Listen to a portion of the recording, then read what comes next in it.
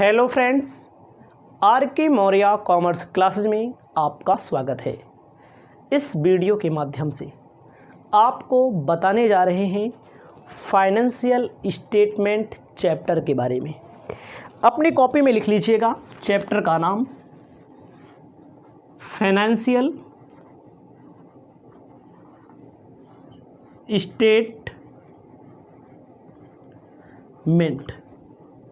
Financial statement में वित्तीय विवरण हिंदी में। आप किसी भी क्लास के स्टूडेंट हो सकते हैं, किसी भी क्लास के स्टूडेंट हो सकते हैं। फाइनेंशियल स्टेटमेंट के बारे में आपको जानना चाहिए। फाइनेंशियल स्टेटमेंट का मतलब क्या होता है? फाइनेंशियल स्टेटमेंट का मतलब होता है कोई भी कंपनी बिजनेस करती है, उस बिजनेस में प्रॉफिट होता है, लॉस होता है, असेट्स होती है, लायबिलिटीज़ होती है, उन सभी को फाइनेंशियल स्टेटमेंट के माध्यम से ही हम लोग समझते हैं। कोई भी कंपनी हो, हमारी कंपनी हो, आपकी कंपनी हो, बड़ी से बड़ी कंपनी हो, अडानी की कंपनी हो, अंबानी की कंपनी हो, टाटा की कंपनी हो, महिंद्रा की कंपनी हो, किसी भी कंपनी हो, उस कंपनी के बारे में हमें जानकारी कैसे मिलती है? फाइनेंशियल स्टेटमेंट के माध्यम से, वित्तीय विवरण के माध्यम से जानकारी होती है। क्या क्या जानकारी होती है आपको बता दूं। प्रॉफिट लॉस की जानकारी होती है,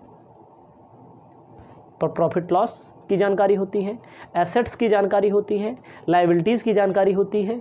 किसको किसको होनी चाहिए जानकारी? पब्लिक को होनी चाहिए। आप लोग देखते होंगे, सुनते होंगे टीवी में, समाचार पत्र में, इंटरनेट के माध्यम से, शेयर मार्केट में कि अडानी की कंपनी में शेयर में इतना उछाल, कितना डाउन होता है, उछाल होता है। इससे क्या फ़ायदा? ये कहाँ दिखाई देगा? ये सारी चीज़ें लास्ट में ओवरऑल एक साल पर क्या निकल के आता है? प्रॉफिट लॉस निकल के आता है। कोई भी कंपनी हो, यह जनता के लिए, पब्लिक के लिए भी जानना जरूरी होता है कौन सी कंपनी फ़ायदे में है, घाटे में है। इन्वेस्टर का मतलब जो कंपनियों में शेयर खरीदते हैं। जैसे आप आज के ज़माने में ग्रो ऐप का यूज करते होंगे। ग्रो ऐप के अलावा बहुत सारे ऐसे ऐप्स हैं जो शेयर मार्केट के लिए बने हुए हैं। ऐसे डायरेक्ट शेयर थोड़ी खरीद लेते हैं। उसके लिए आप कंपनी के बारे में जानते हैं, कंपनी की फाइनेंशियल कंडीशन के बारे में जानते हैं, कंपनी कितना रिटर्न दे रही है उसके बारे में आपको जानना है। ठीक है, आपको ध्यान देना है। कोई भी कंपनी किसी कंपनी को, कोई भी व्यक्ति किसी भी कंपनी को लोन देगा, कोई भी बैंक किसी कंपनी को लोन देगी, तो उन सब के लिए फाइनेंशियल स्टेटमेंट बहुत ज़रूरी होता है। आप किसी को लोन देंगे तो उसकी फाइनेंशियल कंडीशन को देख कर देंगे। आप किसी कंपनी में शेयर लेंगे तो उसकी कंडीशन को देख कर लेंगे, हमें कंपनी फ़ायदा देगी कि नहीं देगी। सरकार को भी फ़ायदा होगा। सरकार को क्या फ़ायदा होता है? कंपनी फ़ायदा कमाएगी, सरकार को टैक्स मिलेगा। ठीक है, इसको आपको ध्यान दे सकता है। ठीक है, इसको आपको ध्यान दीजिएगा। फाइनेंशियल स्टेटमेंट में सबसे पहले आपको जानकारी के लिए बता दें क्या क्या शामिल किया जाता है। फाइनेंशियल स्टेटमेंट में statement of profit and loss शामिल किया जाता है। स्टेटमेंट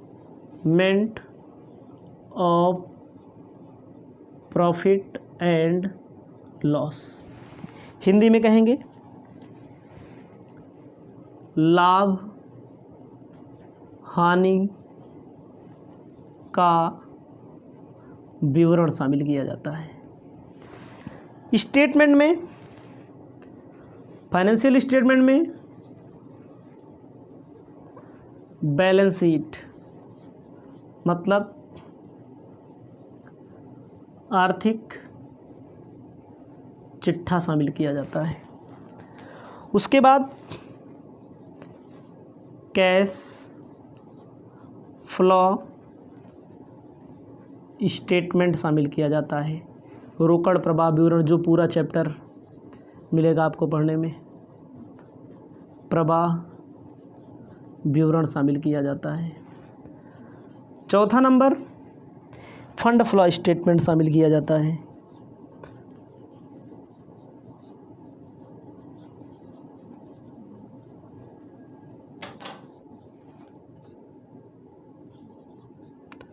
कोष प्रवाह विवरण शामिल किया जाता है। नंबर 5वें नंबर पे याद रखना है, ठीक है। 5वें नंबर पे क्या शामिल किया जाता है, वैसे यही होते हैं मेन। 5वें नंबर में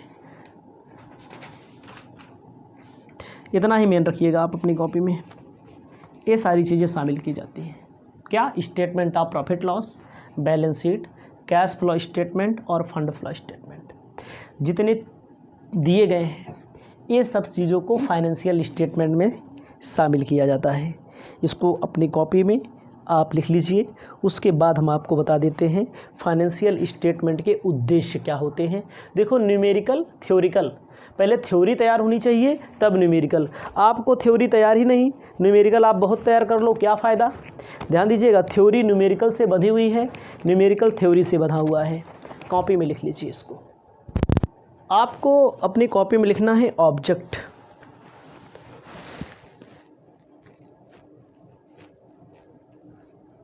ऑब्जेक्ट का मतलब होता है उद्देश्य। उद्देश्य में सबसे पहले है टू प्रोवाइड फाइनेंशियल इंफॉर्मेशन, वित्तीय सूचनाएं उपलब्ध कराना। वित्तीय सूचना का मतलब क्या होता है? To provide financial information.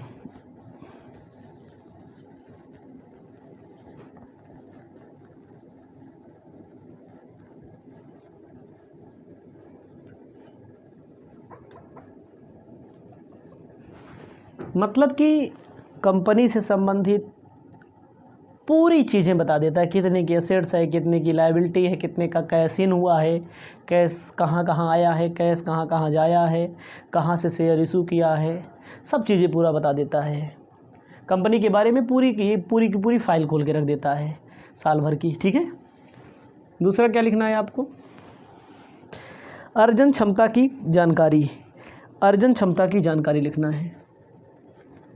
अर्जन क्षमता की जानकारी। आपको लिखना है इंफॉर्मेशन ऑफ अर्निंग कैपेसिटी।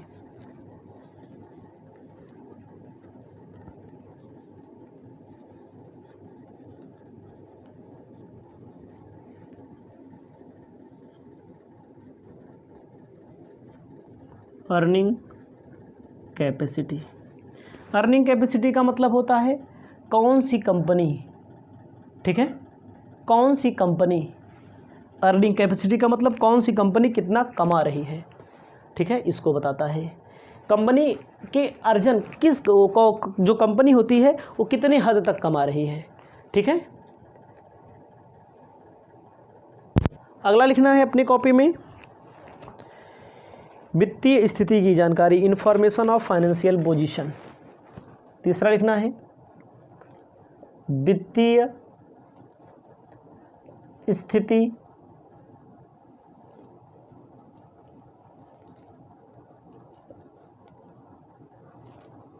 की जानकारी।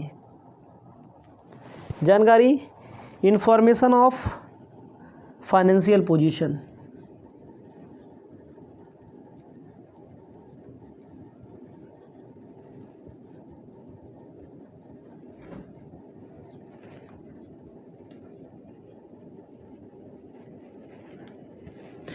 ध्यान दीजिएगा, मतलब कि कंपनी की वित्तीय स्थिति, कंपनी के पास पैसा कितना है, इसकी जानकारी बताता है, ठीक है।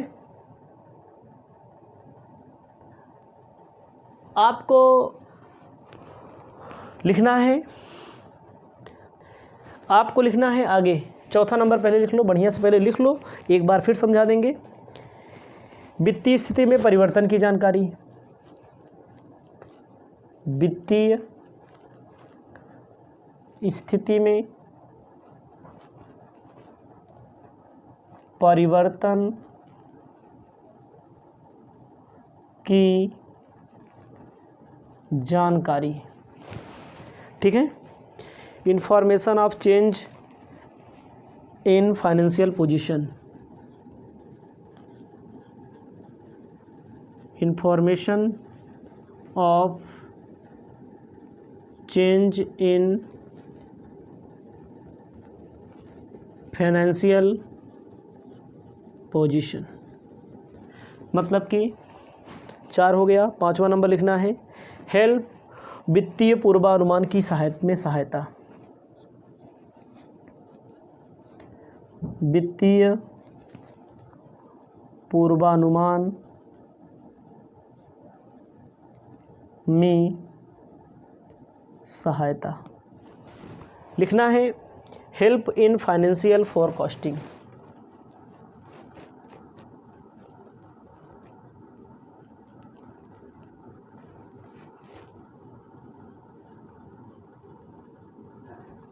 फोरकास्टिंग।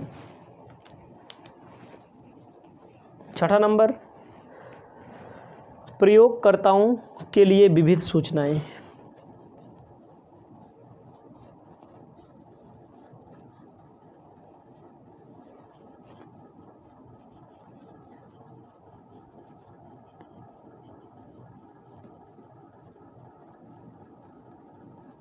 सूचनाएं, information to meet users need,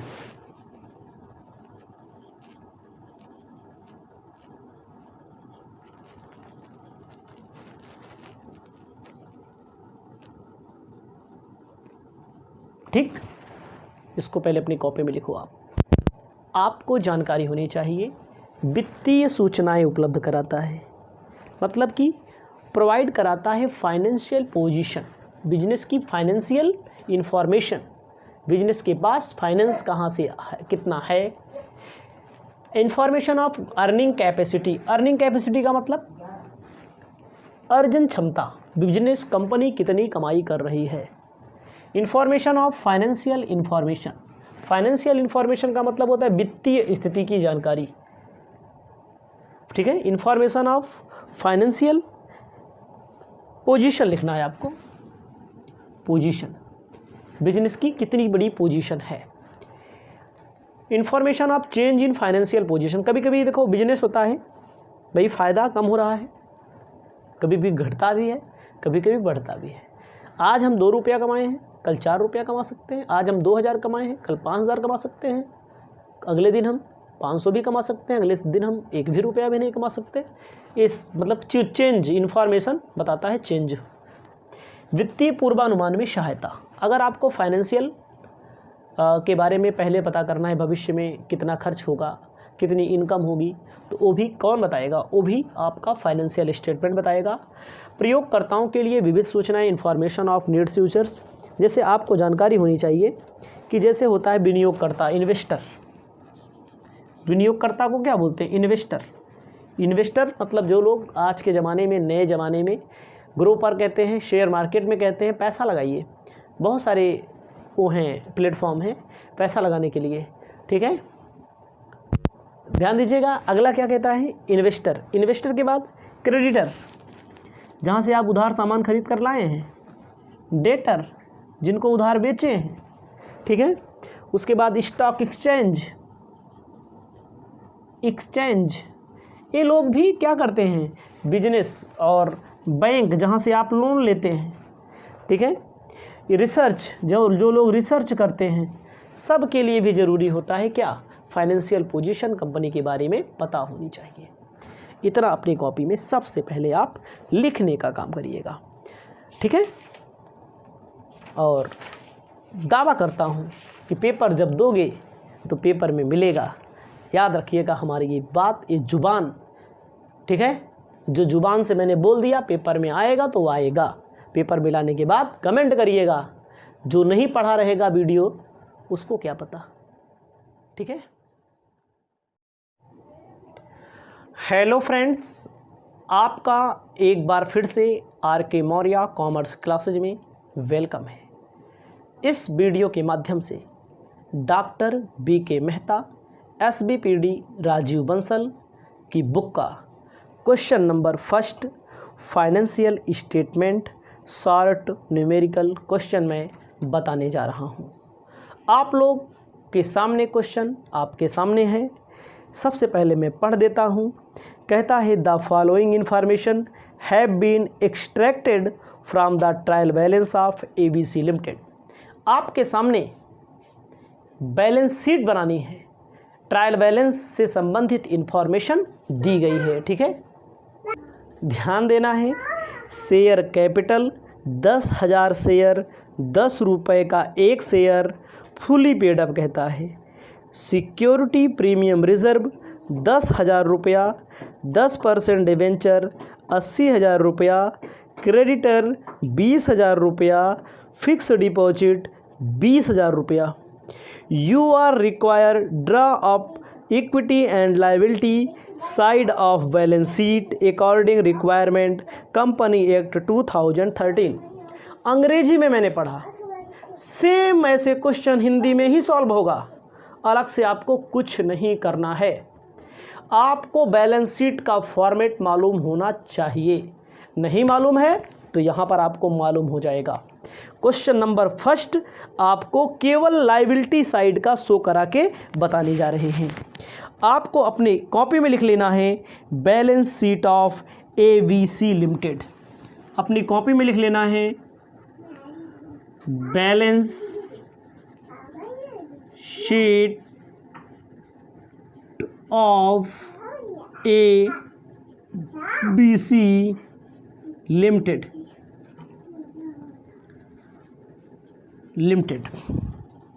ध्यान दीजिएगा, एज एट मतलब जो तारीख रहती है 31 मार्च, जो सन रहता है उसको लिख दिया जाता है। एकदम बेसिक समझिए, पहली बार पढ़ रहे हो तो और अच्छे से समझिए। बाकी तो हम हैं, हमारे पास वीडियो के भंडार हैं, हम चाहें तो पूरा का पूरा आप एक टीचर बन सकते हैं, लेकिन आपको मेहनत करना पड़ेगा। हमने बड़ी मेहनत की है और आपको भी संघर्ष सिखा सकते हैं। आप अपनी कॉपी में ऐसे कॉलम बनाइए, अपनी कॉपी में लिखिएगा particular note number amount, particular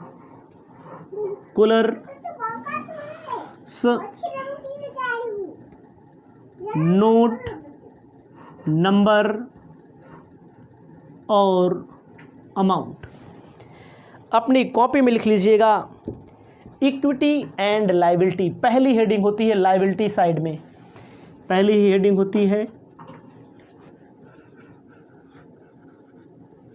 equity and liabilities. इसको हिंदी में बोलते हैं समता एवं दायित्व, इसको इंग्लिश में बोलते हैं। पहला नंबर आपको अपनी कॉपी में ऐसे सुंदर अक्षरों में लिखना है। पहला हिंदी होती equity and liability, share holder funds, Hindi में बोलते हैं अंश धारियों का कोष। जानकारी के लिए आपको बता दें, अंशधारियों को कोष में ए हेडिंग होती है शेयर कैपिटल। याद रखना, कितने शेयर कैपिटल होगी ऐसे देख के लिख लीजिए, 10,000 शेयर, 10 रुपये का एक शेयर। ध्यान दीजिएगा, 10,000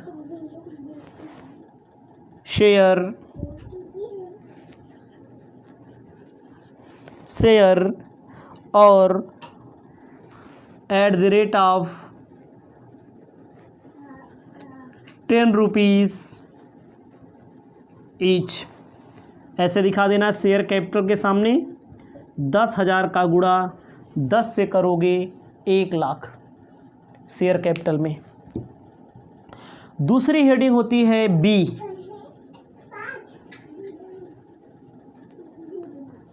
रिजर्व एंड सरप्लस, इसको बोलते हैं हिंदी में संचय एवं आधिक्य। संचय एवं आधिक्य में आपको मैं बता दूं, क्वेश्चन में सिक्योरिटी प्रीमियम रिजर्व दिया है। रिजर्व एंड सरप्लस के अंतर्गत any reserve, any surplus, profit loss लिखना है। सिक्योरिटीज प्रीमियम रिजर्व कितना पैसा है? 10,000 रुपया। इसका नोट ऑफ अकाउंट भी बना सकते हैं, एक ही आइटम है तो नोट ऑफ अकाउंट हम नहीं बना रहे हैं, ठीक है। दूसरी हेडिंग होती है नॉन करेंट लायबिलिटी। ये पहली हेडिंग हो गई। दूसरी heading non current liabilities, Hindi में बोलते हैं गैर चालू दायित्व।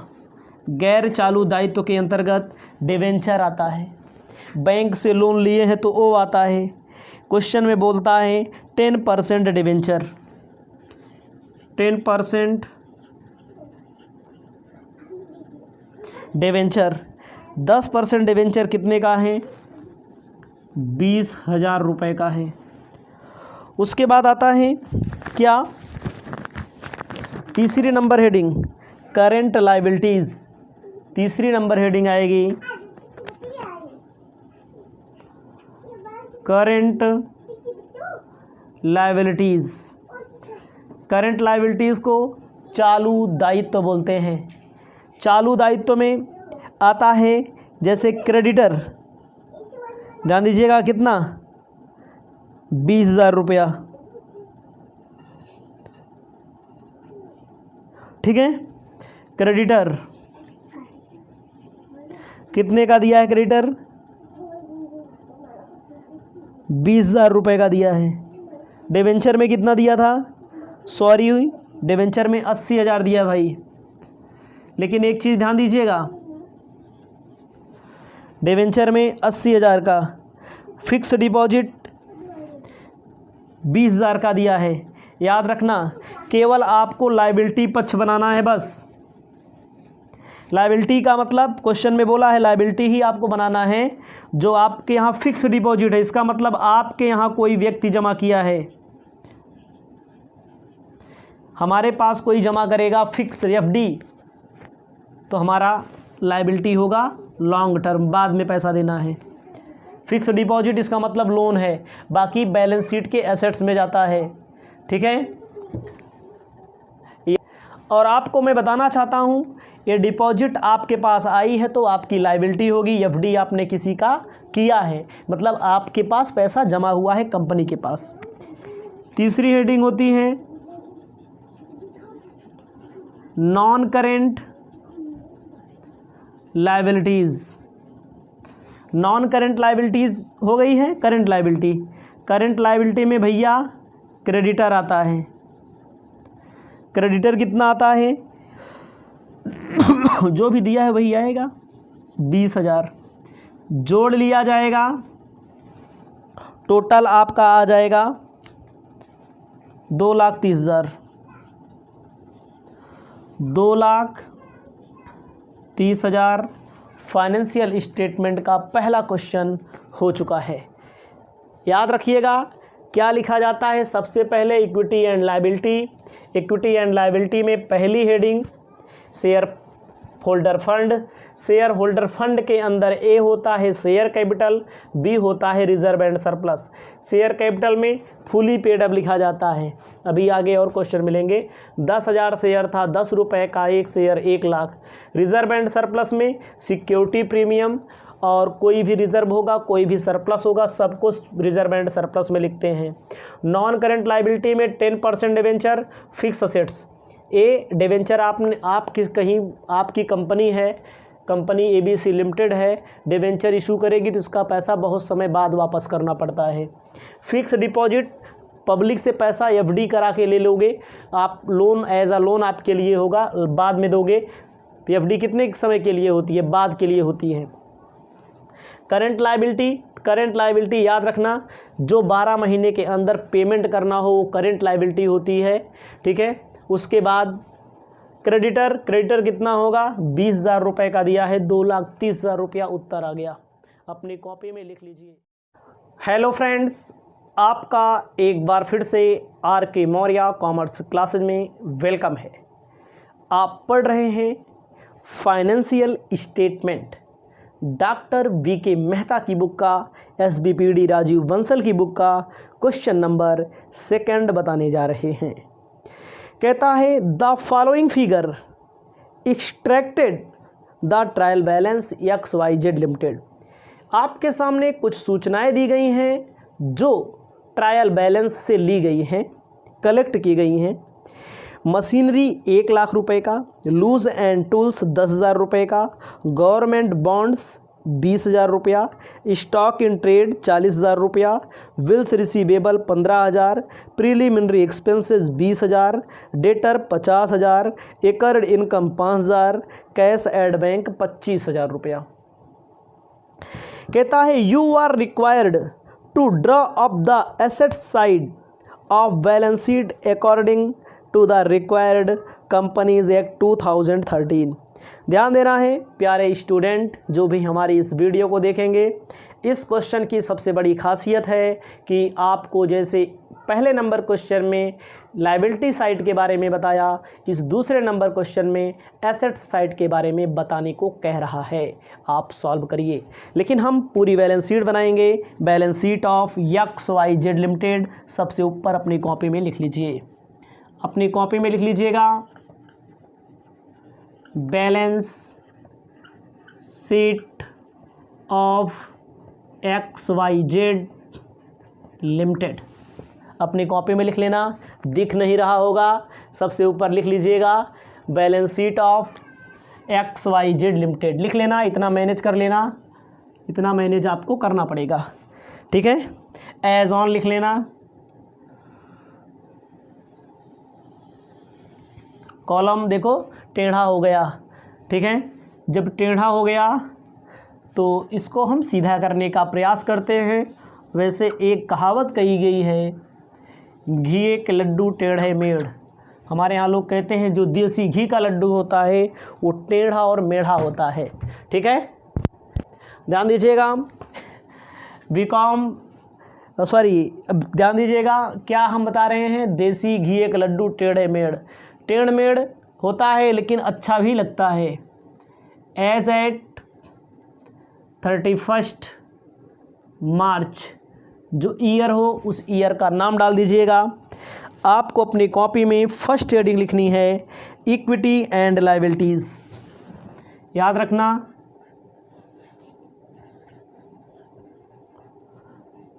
इक्विटी एंड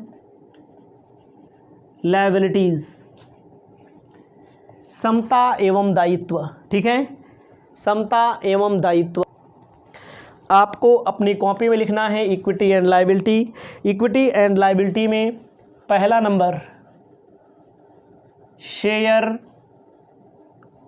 होल्डर फंड्स, इसका मतलब होता है अंशधारियों का कोष, ठीक है, अंशधारियों का कोष।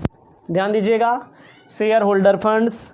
शेयर होल्डर फंड्स में क्या आता है, कुछ नहीं। शेयर होल्डर फंड्स में सबसे पहले होता है शेयर कैपिटल, बी होता है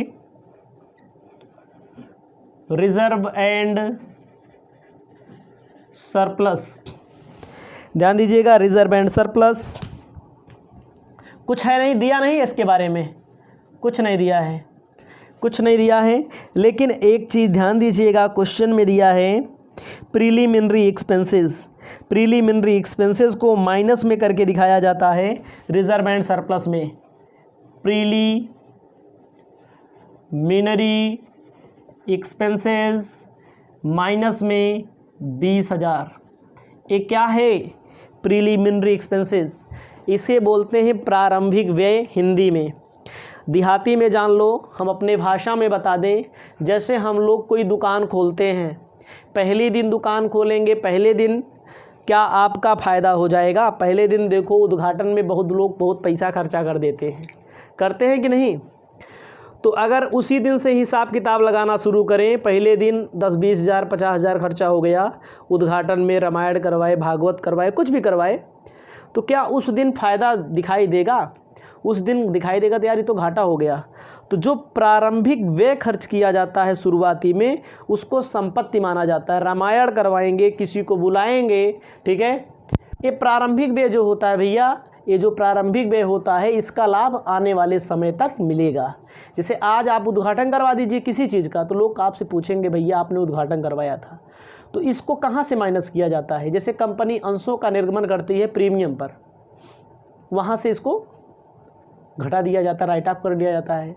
लाभ हानि खाते से राइट ऑफ कर लिया जाता है। लाभ हानि कहाँ लिखा जाता है? रिजर्व एंड सरप्लस में ही। बहरहाल इस क्वेश्चन में नहीं है, जहाँ मिलेगा वहाँ दिखाई देगा। उसके बाद नॉन करेंट लायबिलिटी दूसरी हेडिंग होती है, नॉन करेंट लायबिलिटीज।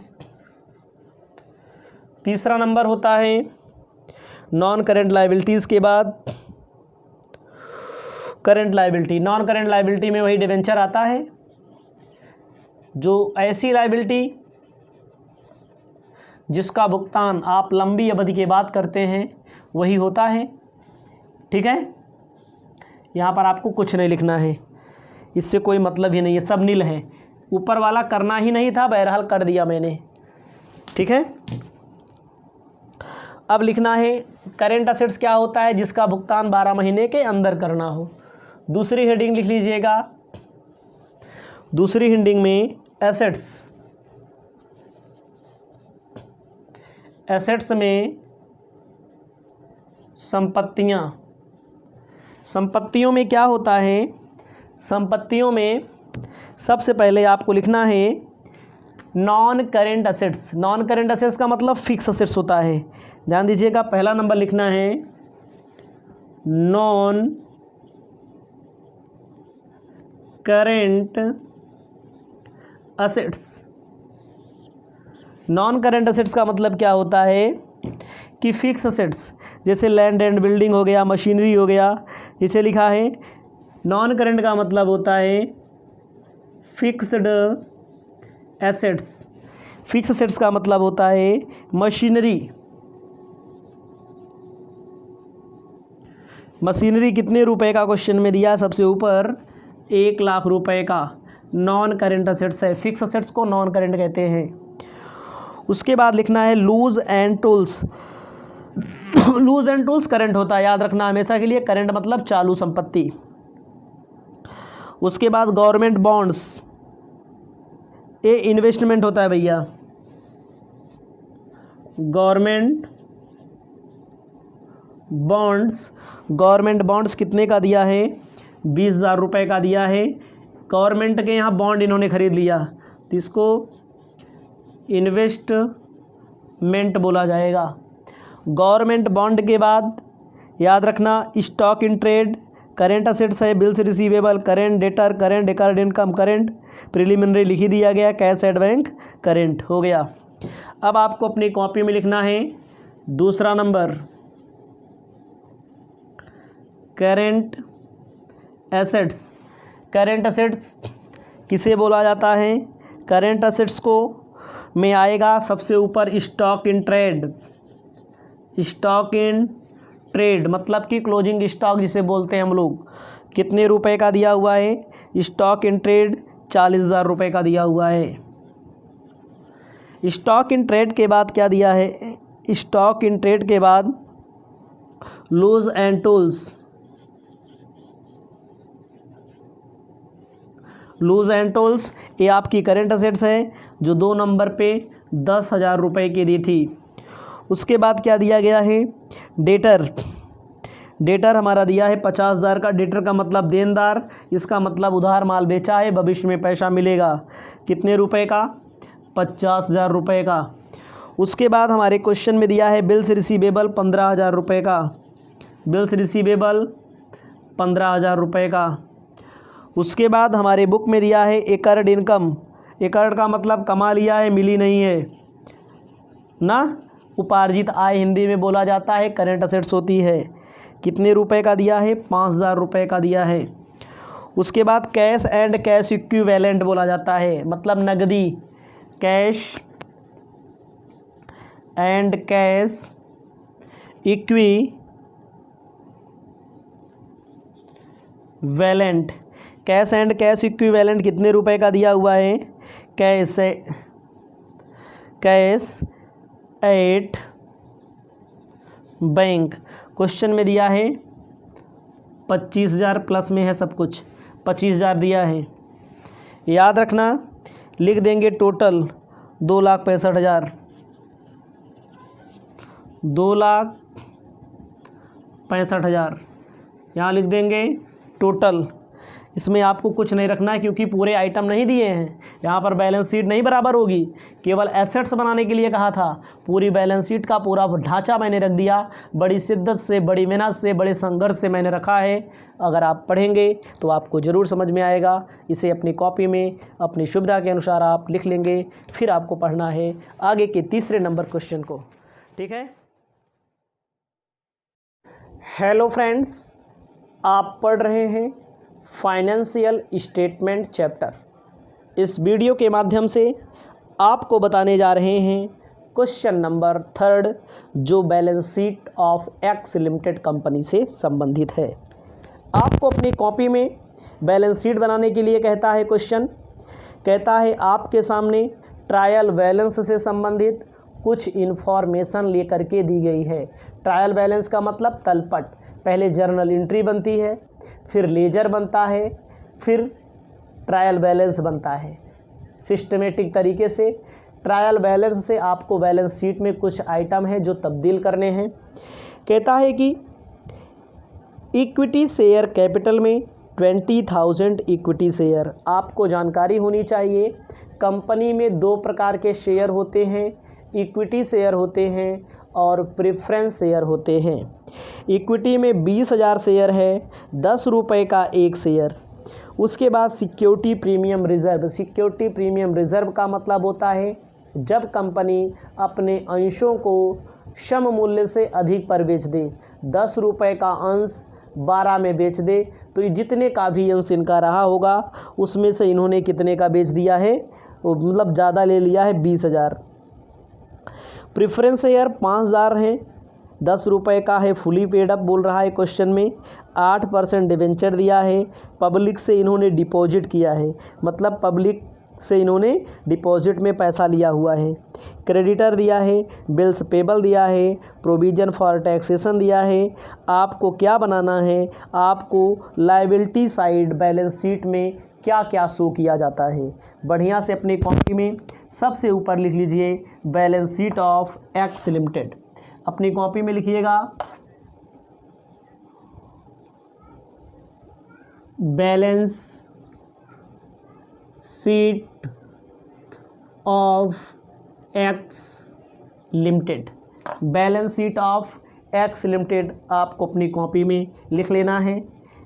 और एक चीज़ और बता दूं मैं आपको, लिखा जाता है as on.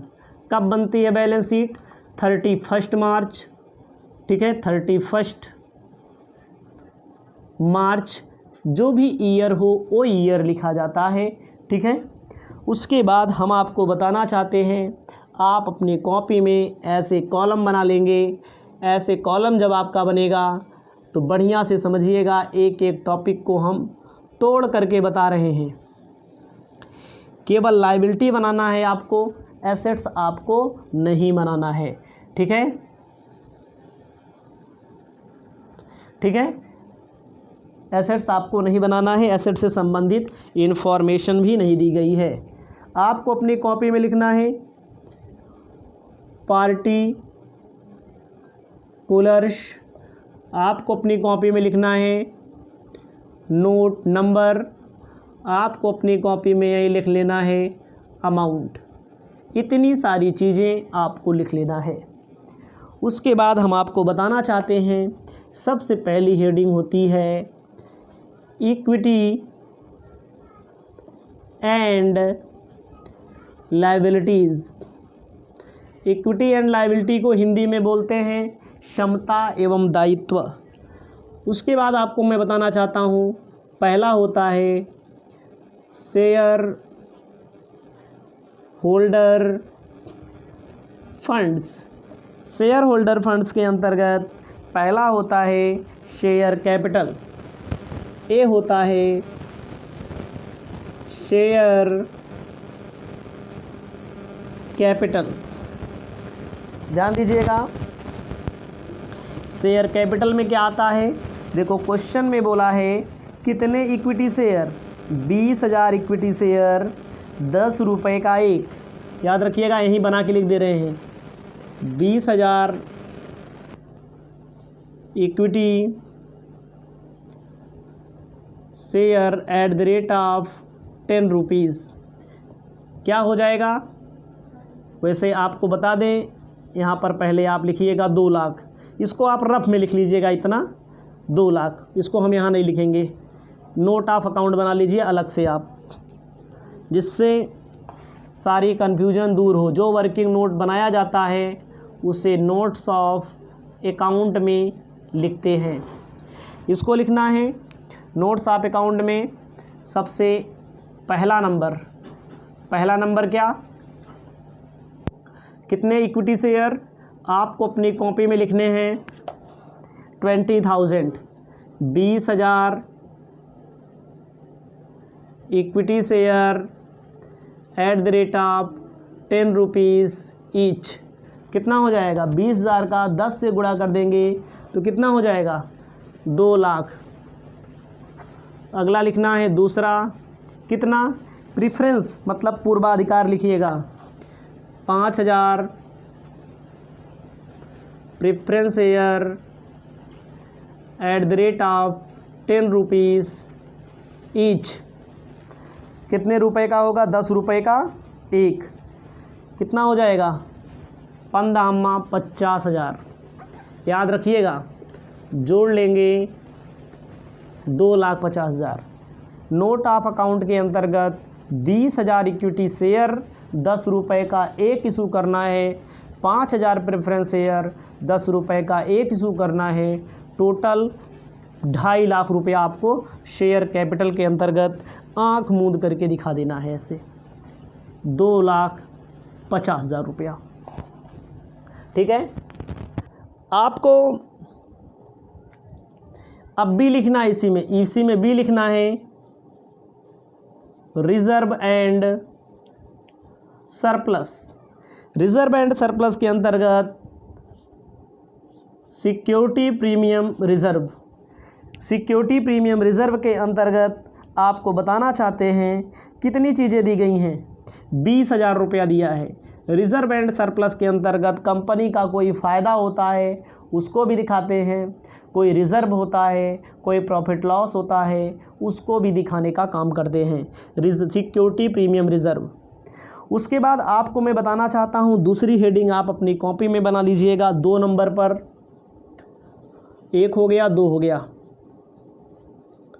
Non current liabilities. Liabilities का मतलब होता है, नॉन करेंट का मतलब जैसे डिवेंचर। क्वेश्चन में दिया है 8% डिवेंचर से इन्होंने कितना पैसा इकट्ठा किया है, 8% डिवेंचर से इन्होंने 1 लाख रुपया इकट्ठा किया है।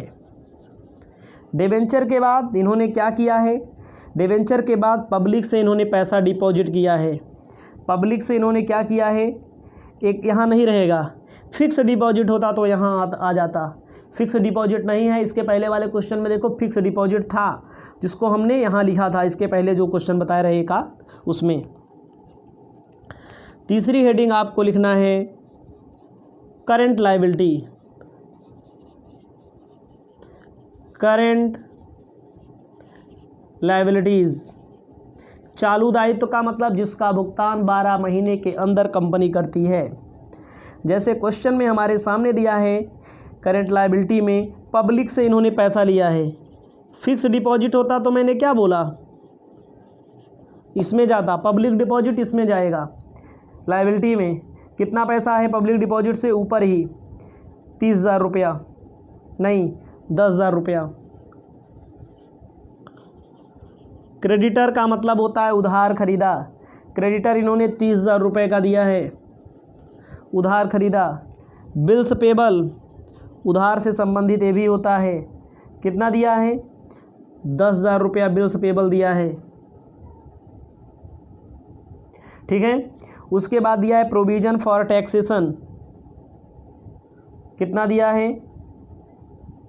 पब्लिक डिपॉजिट शायद मैंने गलत लिख दिया, 50,000 है पब्लिक डिपॉजिट।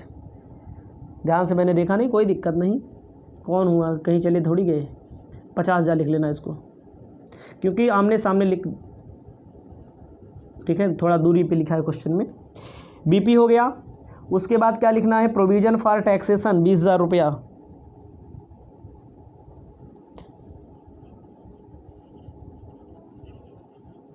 फॉर टैक्सेशन कितना? 20,000 रुपया। याद रखिएगा, बहुत सारे बच्चों को हम पढ़ाते हैं तो हमें पता है, उनका यह नहीं पता कि नॉन करंट लायबिलिटी क्या है, करंट लायबिलिटी क्या है। चालू दायित्व इसे बोलते हैं हिंदी में। सबको जोड़ लेंगे 2.5 लाख, 20,000, 1 लाख, सबको जोड़ लेंगे 4,80,000 टोटल आएगा। ठीक है, आपका उत्तर आ गया है। आप इसको अपनी कॉपी में लिख सकते हैं। इसके बाद क्वेश्चन नंबर नेक्स्ट 4 हम आपको बताने का काम कर रहे हैं, जो एसेट से संबंधित दिया गया है। हेलो फ्रेंड्स, आप पढ़ रहे हैं फाइनेंशियल स्टेटमेंट चैप्टर। इस वीडियो के माध्यम से आपको बताने जा रहे हैं BK मेहता जी की बुक का क्वेश्चन नंबर 4 क्वेश्चन। कहता है कि आपके सामने ट्रायल बैलेंस से रिलेटेड कुछ इन्फॉर्मेशन दी गई है, जिससे आपको क्या बनाना है? जिसके आपको बैलेंस शीट बनाना है। याद रखिएगा, ठीक है, ध्यान दीजिएगा। बैलेंस शीट में केवल एसेट साइड पूछता है। इसमें following figure were extracted from the trial balance of Yes Limited. Land and building, land and building 5 lakh का। लाइव स्टॉक, लाइव स्टॉक का मतलब जीवित स्कंध। जैसे किसी बिजनेस में घोड़ा रखना होता है, गधा रखना पड़ता है, खच्चर रखना पड़ता है, ऊंट रखना पड़ता है, तो ये भी इसे बोलते हैं लाइव स्टॉक। ठीक है। सन्ड्री डेटर दिया है, मोटर व्हीकल दिया है, स्टॉक इन ट्रेड दिया है, बिल्स रिसीवेबल दिया है, प्रीपेड एक्सपेंसेस दिया है, discount discount on issue of debenture दिया है। आपको बैलेंस शीट बनाना है। एसेट साइड लिखना है balance sheet of S limited. अपनी कॉपी में सबसे ऊपर लिखिएगा balance sheet of S limited. Balance sheet of S limited.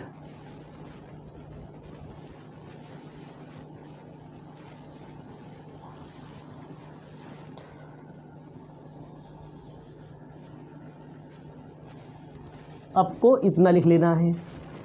और आपको बता देते हैं क्या रहेगा अगला पड़ाव हमारा। Particular,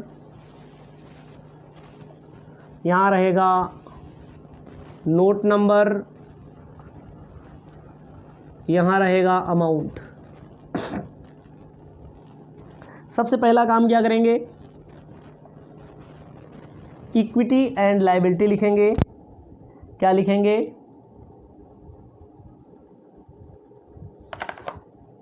equity and liability.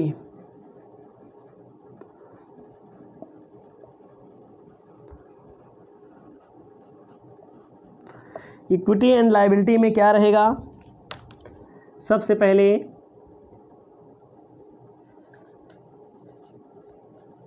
Share holder funds. Share holder funds में सबसे ए शेयर कैपिटल। भैया देखो भैया, शेयर कैपिटल में यहाँ कुछ नहीं रहता है। क्यों नहीं रहेगा? क्योंकि देखो इसके अंतर्गत ना कुछ है ही नहीं, क्योंकि केवल एसेट्स हमें बनाना है। बी हेडिंग होती है reserve and surplus, security premium reserve, और उसके बाद जैसे discount on issue of preliminary लिखना है आपको, प्रीलिमिनरी एक्सपेंसेस कितना लिखना है, discount on issue of debenture, मतलब इन्होंने डिस्काउंट दे दिया है तो यहीं पर जैसे यहाँ प्रीमियम दिखाया जाता है, ज़्यादा मिलेगा तो यहाँ दिखाया जाएगा, कम मिलेगा तो यहाँ माइनस में दिखाया जाएगा। लिखना है discount on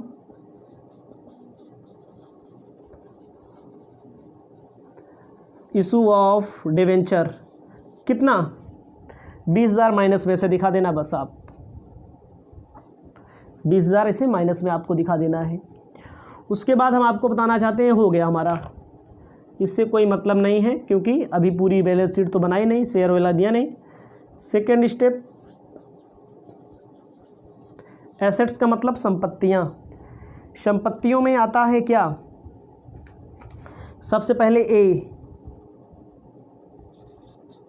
first non current assets. Non current assets में fix asset, non current assets में A fixed assets, fix assets में टेंजिबल, टेंजिबल का मतलब होता है जो दिखाई देती है, इनटेंजिबल का मतलब जो दिखाई नहीं देती है, ठीक है। तो सबसे पहले दिया है land and building, land and building 5 lakh रुपए का दिया है, ठीक है। आपको बताना चाहते हैं लैंड एंड बिल्डिंग 5 लाख। उसके बाद क्वेश्चन में दिया है motor vehicle, motor vehicle 2 lakh रुपए का। ध्यान दीजिएगा, आपको लिखना है मोटर व्हीकल, मोटर व्हीकल कितने रुपए का दिया है, मोटर व्हीकल्स दिया हुआ है 2 लाख रुपए का। ए भैया फिक्स असेट्स होता है। मोटर व्हीकल के बाद लाइव स्टॉक मतलब जीवित जंतु जो होते हैं, कितने रुपए का दिया है, 50,000 रुपये का। उसके बाद आपको लिखना है करेंट असेट्स हेडिंग, याद लिखना है टेंजिबल असेट्स के बाद current assets heading. Current assets में से सन्ड्री डेटर, क्या लिखना है, सन्ड्री डेटर, डेटर कितने का दिया है, 60,000 रुपये का। स्टॉक, स्टॉक को इन्वेंट्री भी कहा जाता है, कितने का दिया है क्वेश्चन में देख लो, 1,80,000 का लिख लेना, स्टॉक लिख लेना 2 नंबर पे। बिल्स रिसीवेबल, बिल्स रिसीवेबल आपको लिखना है 75,000 का। उसके बाद प्रीपेड एक्सपेंसेस, क्या लिखना है, प्रीपेड एक्सपेंसेस 15,000 का। इसको जब आप जोड़ लेंगे तो 10,80,000 टोटल आएगा। टोटल अपनी कॉपी में इसको लिख लीजिए। ये क्वेश्चन नंबर 4 आपका समाप्त होता है। इसके बाद लॉन्ग क्वेश्चन की शुरुआत होगी। हेलो फ्रेंड्स, एक बार फिर से आपका वेलकम है आर के मौर्य कॉमर्स क्लासेज में। इस वीडियो के माध्यम से आपको बताने जा रहे हैं financial statement doctor VK Mehta की बुक का question number first, long numerical question number first हम आपको बताने जा रहे हैं।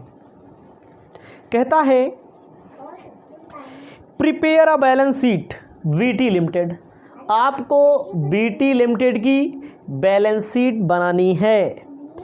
31 मार्च को आपके सामने कुछ सूचनाएं दी गई हैं।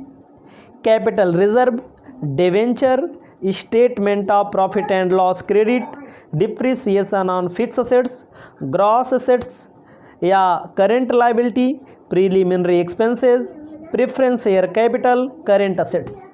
आपको अपनी कॉपी में लिखना है balance sheet of VT Limited. अपनी कॉपी में लिखिएगा balance sheet of VT Limited as on 31 March, ठीक है, 31 मार्च 2000 जो भी दिया होगा उसको आपको लिखना पड़ेगा। उसके बाद आपको लिखना है अपनी कॉपी में लिखना है पार्टिकुलर नोट नंबर और अमाउंट। आपको अपनी कॉपी में लिखना है पार्टिकुलर, यहाँ पर, उसके बाद नोट नंबर, उसके बाद अमाउंट। बैलेंस शीट के टॉपिक में, ठीक है, ध्यान दीजिएगा, सबसे पहली हेडिंग होती है से इक्विटी एंड लायबिलिटी। पहली हेडिंग होती है इक्विटी एंड लायबिलिटीज, क्षमता एवं दायित्व। इक्विटी एंड लायबिलिटी में share holder funds, share holder funds के अंतर्गत ए होता है शेयर कैपिटल। शेयर कैपिटल आपकी बुक में क्वेश्चन में कहाँ दिया है, इसको आपको ढूंढना पड़ेगा। प्रेफरेंस शेयर कैपिटल 5000 दिया है, याद रखना इक्विटी इसमें नहीं है, केवल प्रेफरेंस है तो 5000 यहाँ पर दिखा देना है। Preference share capital 5000। उसके बाद आपको ध्यान देना है प्रेफरेंस शेयर कैपिटल के बाद रिजर्व एंड सरप्लस हेडिंग होती है। Reserve and surplus, reserve and surplus में आपको बताना चाहते हैं क्या आता है, statement of profit and loss आता है, इसी के अंदर बना के लिख देते हैं। रिजर्व एंड सरप्लस में क्या क्या आता है भैया, जैसे क्वेश्चन में ऊपर से पढ़ते हुए आएंगे तो सबसे ऊपर जनरल रिजर्व 3000 रुपये का दिया है।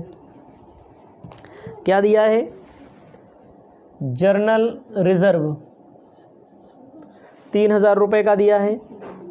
डिवेंचर नहीं लिखा जाएगा, स्टेटमेंट ऑफ पीएल 1200 का दिया है। टोटल हो जाएगा 4200 का। माइनस कर देना है प्रीलिमिनरी एक्सपेंसेस, यहीं पर माइनस हो रहा है, ठीक है, यहीं पर माइनस होता है। प्रीलिमिनरी एक्सपेंसेस कितने का है, 300 रुपये का। आपको लिखना है 3900 रुपया, आपको दिखा देना है। क्या होगा, जर्नल रिजर्व पीएल दोनों को जोड़ करके प्रीलिमिनरी एक्सपेंसेस माइनस किया जाता है, याद रखना हमेशा। Discount on issue of share minus किया जाता है, discount on issue of debenture minus किया जाता है, डेवलपमेंट एक्सपेंसेस माइनस किया जाता है। उसके बाद क्या करते हैं, इसमें जान रहे हैं, इसमें अगर सिक्योरिटी प्रीमियम रिजर्व मिला है तो जोड़ा भी जाता है, ठीक है, 3900 रुपया बचेगा इनके पास। उसके बाद आपको लिखना है नॉन करेंट लायबिलिटी। ध्यान दीजिएगा, दूसरी हेडिंग लिख लीजिएगा, नॉन करेंट लायबिलिटी। क्या लिखना है, नॉन करेंट लायबिलिटीज, गैर चालू दायित्व।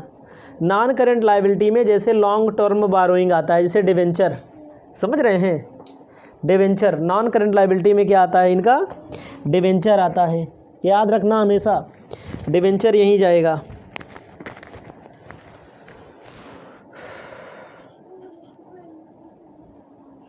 डिवेंचर कितने रुपए का दिया है, 3000 रुपये का दिया है। उसके बाद आपको ध्यान देना है डिवेंचर के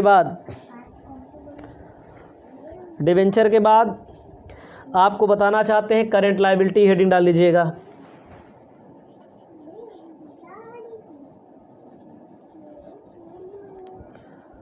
करेंट लायबिलिटीज़, चालू दायित्व।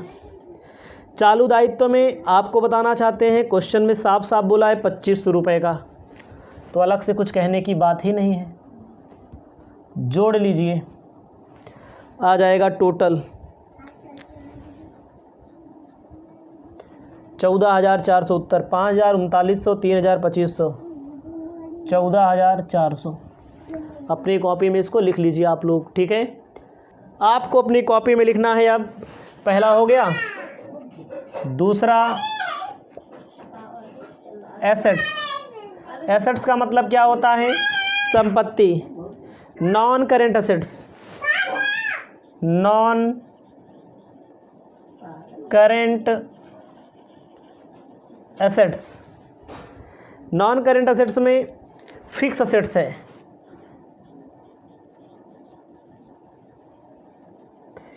फिक्स एसेट्स कितने का है? फिक्स एसेट्स हमारा दिया गया है क्वेश्चन, ग्रॉस फिक्स एसेट्स 9,000।